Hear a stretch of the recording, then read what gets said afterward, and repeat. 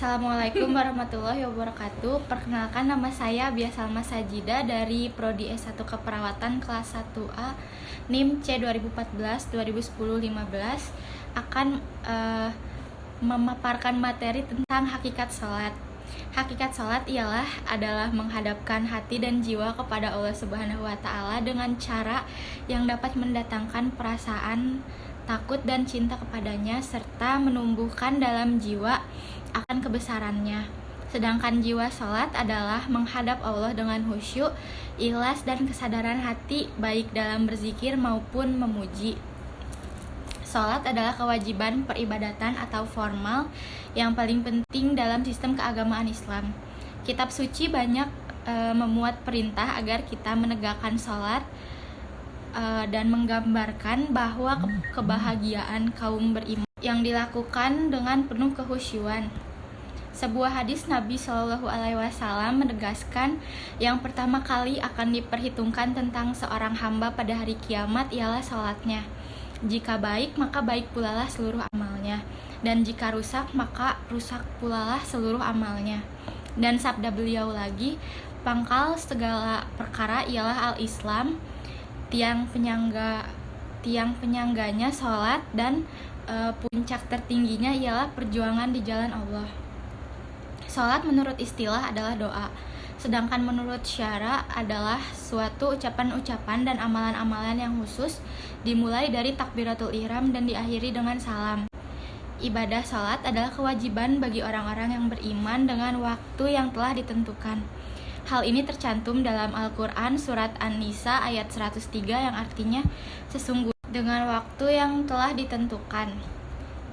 Ketentuan sholat yang pertama, syarat wajib sholat yaitu Islam, baligh atau dewasa dan berakal. Adapun syarat syahnya sholat adalah suci badan dari hadas dan najis, suci pakaian dan tempat sholat dari najis, menutup aurat, sudah masuk waktu sholat dan menghadap kiblat. Rukun sholat adalah niat, takbiratul ihram, berdiri tegak, membaca surah Al-Fatihah pada setiap rakaat, ruku, i'tidal, sujud, duduk antara dua sujud, duduk tasyahud akhir, membaca doa tasyahud akhir, membaca salawat Nabi Sallallahu Alaihi Wasallam, salam dan tertib. Tata cara sholat yaitu berdiri, takbiratul ihram, doa iftitah, membaca Al-Fatihah, membaca surat salah satu dari Al-Quran, ruku dengan tumaninah, i'tidal, sujud dengan tumaninah, duduk di antara dua sujud dengan tumaninah, sujud kedua dengan tumaninah, tahiyat akhir dan membaca tasyahud, lalu mengucap salam sambil menoleh ke kanan kemudian ke kiri. Mengapa Allah mewajibkan sholat? Sesungguhnya Allah Subhanahu wa taala adalah Tuhan yang Maha Rahman dan Maha Rahim, yang Maha tahu akan segala apa yang ada di bumi, sehingga setiap apapun yang diperintahkan dan dilarangnya benar-benar menunjukkan kasih sayang dan cintanya kepada setiap makhluk di bumi. Allah Subhanahu wa taala berfirman dalam surat Al-Kahf, "Karena Tuhanmu dan berkorbanlah." Ayat tersebut menunjukkan betapa pentingnya menjalankan ibadah yang satu ini. Bahkan Allah mengancam manusia yang lalai dalam mengerjakan sholat dengan ancaman yang keras dalam surat Al-Ma'un ayat 4-5. Maka celakalah bagi orang-orang yang sholat, yaitu orang-orang yang lalai dengan sholatnya. Apa sebenarnya yang terkandung dalam sholat sehingga Allah Subhanahu wa taala begitu memerintahkannya, bahkan mengancam orang-orang yang lalai dengan ancaman yang keras, apalagi orang yang meninggalkannya. Allah Subhanahu wa taala memerintahkan untuk sholat sebagai pembeda antara yang mukmin dan yang kafir. Selain itu, sholat juga ibadah yang membuat kita lebih dekat dengan Allah.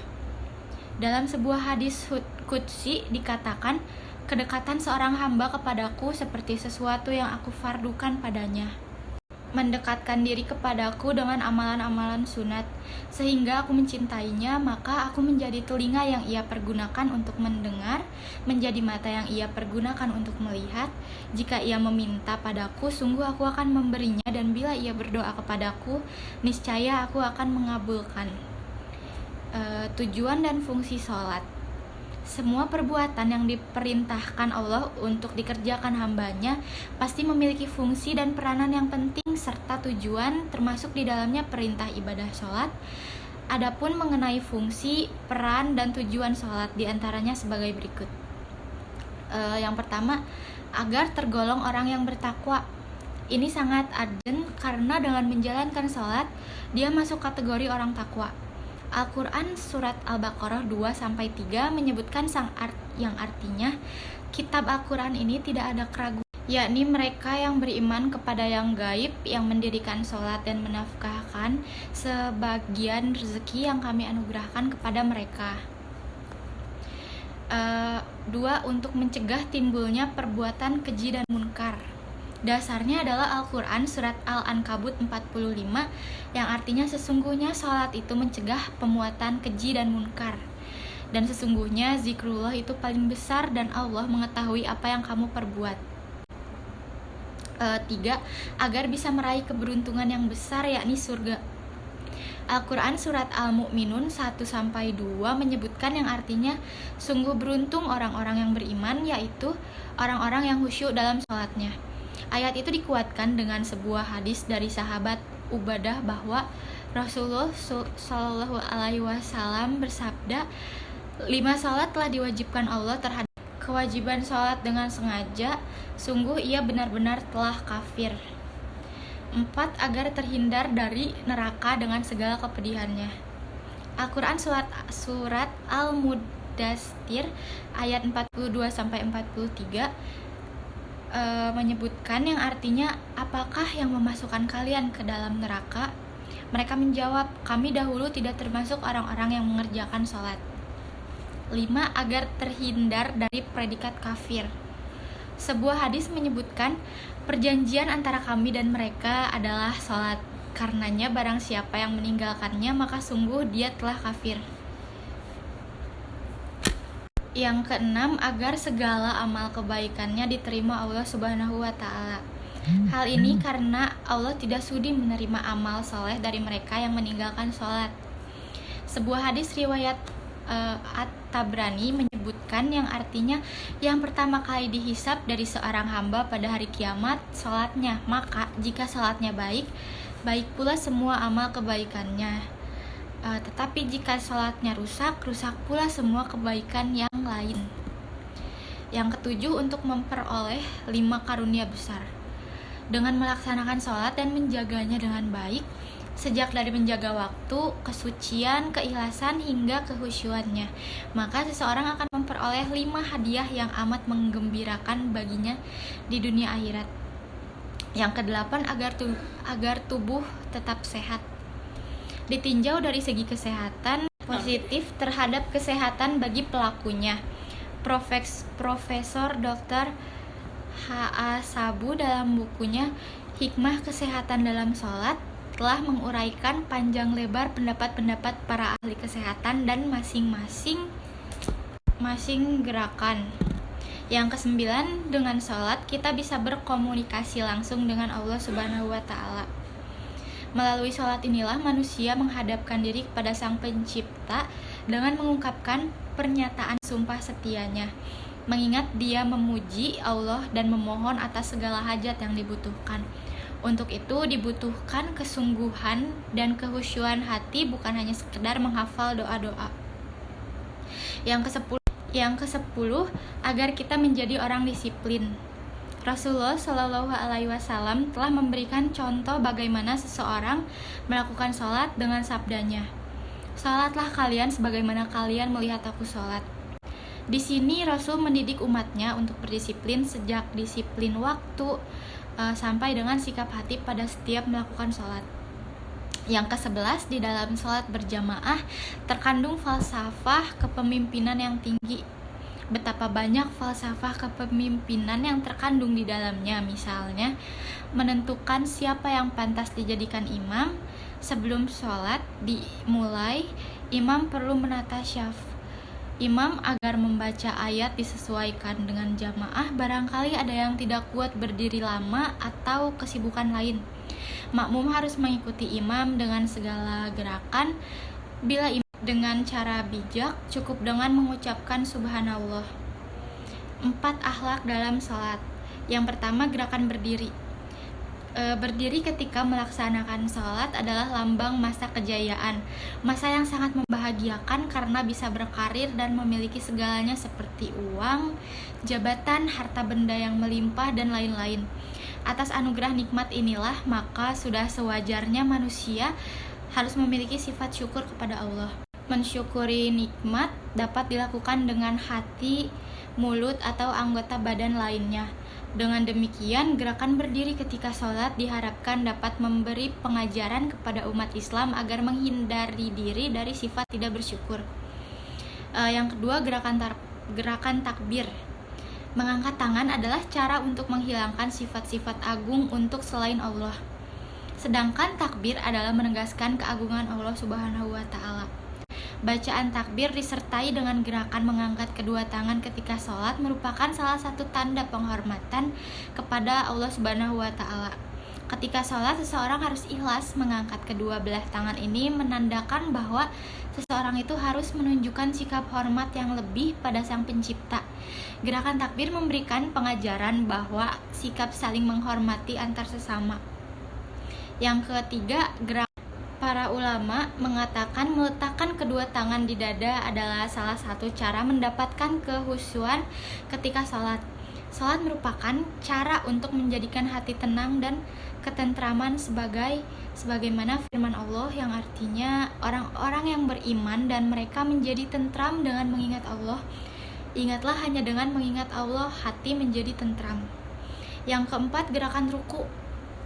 Posisi ruku adalah posisi tengah-tengah antara berdiri tegak dengan sujud. Bila posisi tegak melambangkan kejayaan, maka posisi ruku melambangkan masa-masa umur setengah baya. Sedangkan sujud mengandung makna umur telah uzur. Semua sikap dan gerakan sholat seakan-akan menggambarkan perjalanan hidup dan masa dewasa disusul dengan usia setengah baya, kemudian memasuki usia senja, berarti meninggalkan dunia. Keseimbangan posisi tubuh dalam gerakan ruku dihadapkan dapat memberikan pengajaran kepada umat Islam agar selalu istiqomah, sabar, dan tidak mudah putus asa saat menghadapi berbagai cobaan yang diberikan oleh Allah Subhanahu wa Ta'ala. Yang kelima, gerakan i'tidal. Sikap i'tidal artinya adalah berperilaku sedang, artinya tidak berlebihan dalam makan, minum, berpakaian, dan berbelanja, sebagaimana firman Allah Subhanahu wa Ta'ala yang artinya sesungguhnya pemboros-pemboros itu adalah saudara setan, dan setan itu adalah sangat ingkar terhadap Tuhannya. Dengan demikian, gerakan i'tidal mengajarkan kepada kita agar terhindar dari sifat berlebihan dalam sesuatu, karena sifat berlebihan itu akan banyak memberikan mudarat. Yang keenam, gerakan sujud. Gerakan sujud ini melambangkan ketidakmampuan manusia di hadapan Tuhannya, karena wajah yang dikagumi setiap bercermin sebagai simbol kemuliaan harus pasrah. Gerakan sujud dapat menghilangkan egoisme dan kesombongan, meningkatkan kesabaran dan kepercayaan kepada Allah Subhanahu wa Ta'ala, menaikkan kestabilan rohani dan menghasilkan energi batin yang tinggi di seluruh tubuh. Faktor ini menunjukkan ketundukan dan kerendahan hati yang tinggi. Yang ketujuh, gerakan duduk di antara dua sujud.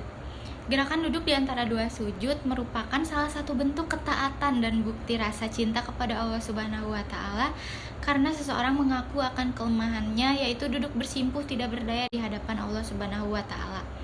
Yang kedelapan, gerakan duduk tasyahud awal dan tasyahud akhir. Posisi ini memberikan pengajaran kepada kita bahwa anggota tubuh bagian kanan lebih sesuai untuk melakukan perbuatan yang baik. Apabila seseorang memberikan sesuatu atau menolong orang lain dengan tangan kiri, menurut pandangan tidak mempunyai tata cara atau etika. Walaupun secara hukum tidak ada dalil yang mengharamkan memberi atau menolong menggunakan tangan kiri. Yang kesembilan, gerakan salam. Di dalam sholat diakhiri dengan salam sambil menoleh ke kanan dan ke kiri, mengandung arti seolah-olah seseorang berjanji melakukan sesuatu yang membuat keselamatan, kedamaian, dan ketentraman terhadap orang lain dan lingkungan tempat dimanapun berada. Gerakan salam yang dilakukan menoleh ke kanan dan ke kiri pada saat mengakhiri sholat memberikan pengajaran kepada umat Islam untuk senantiasa menumbuhkan rasa saling peduli terhadap orang yang membutuhkan bantuan dan bisa membuat keselamatan. Hikmah sholat. Sebagian hikmah disyariatkan sholat adalah bahwa sholat itu dapat membersihkan jiwa, dapat menyucikannya dan menjadikan seseorang hamba layak bermunajat kepada Allah Subhanahu wa Ta'ala di dunia dan berada dekat dengannya di surga. Bahkan sholat juga dapat mencegah pelakunya dari perbuatan keji dan munkar. Allah Subhanahu wa Ta'ala berfirman, dan dirikanlah sholat, sesungguhnya sholat itu mencegah dari perbuatan. 6. Makna spiritual sholat. Sholat adalah mi'rajnya bagi orang beriman. Demikian sabda Rasulullah SAW. Alangkah agung makna sabda tersebut bagi para pecinta. Dalam setiap sholatnya, seorang pecinta akan bercengkrama dengan zat yang dicintainya. Sehingga tidaklah heran apabila banyak riwayat yang menyebutkan bahwa baginda Rasulullah dan para sahabatnya selalu menantikannya tibanya waktu pelaksanaan sholat. Terakhir, ancaman bagi orang yang meninggalkan sholat, yaitu meninggalkan sholat adalah perkara yang teramat bahaya. Di dalam berbagai dalil disebutkan berbagai ancaman yang sudah sepatutnya membuat seseorang khawatir jika sampai lalai memperhatikan rukun Islam yang mulia ini. Berikut ini akan diutarakan bahaya meninggalkan sholat menurut dalil-dalil Al-Quran secara khusus. Beberapa di antaranya yaitu, maka apakah patut kami menjadikan orang-orang Islam itu sama dengan orang-orang yang berdosa? Yang kedua ada, pada hari betis disingkapkan dan mereka dipanggil untuk bersujud, maka mereka tidak kuasa dalam keadaan pandangan mereka tunduk ke bawah. Lagi mereka diliputi kehinaan, dan sesungguhnya mereka dahulu di dunia diseru untuk bersujud dan mereka dalam keadaan sejahtera. Dalil kedua, tiap-tiap diri bertanggung jawab atas apa yang telah diperbuatnya kecuali golongan kanan. Berada di dalam surga, mereka tanya-menanya tentang keadaan orang-orang yang berdosa. Apakah yang memasukkan kamu ke dalam neraka? Mereka menjawab, kami dahulu tidak termasuk orang-orang yang mengerjakan sholat, dan kami tidak pula memberikan makan orang miskin, dan adalah kami membicarakan yang batil bersama dengan orang. Mereka menjawab, kami dahulu tidak termasuk orang-orang yang mengerjakan sholat, dan kami tidak pula memberikan makan orang miskin, dan adalah kami membicarakan yang batil bersama dengan orang yang membicarakannya, dan adalah kami mendustakan hari pembalasan hingga datang kepada kami kematian. Sekian materi dari saya. Wassalamualaikum warahmatullahi wabarakatuh.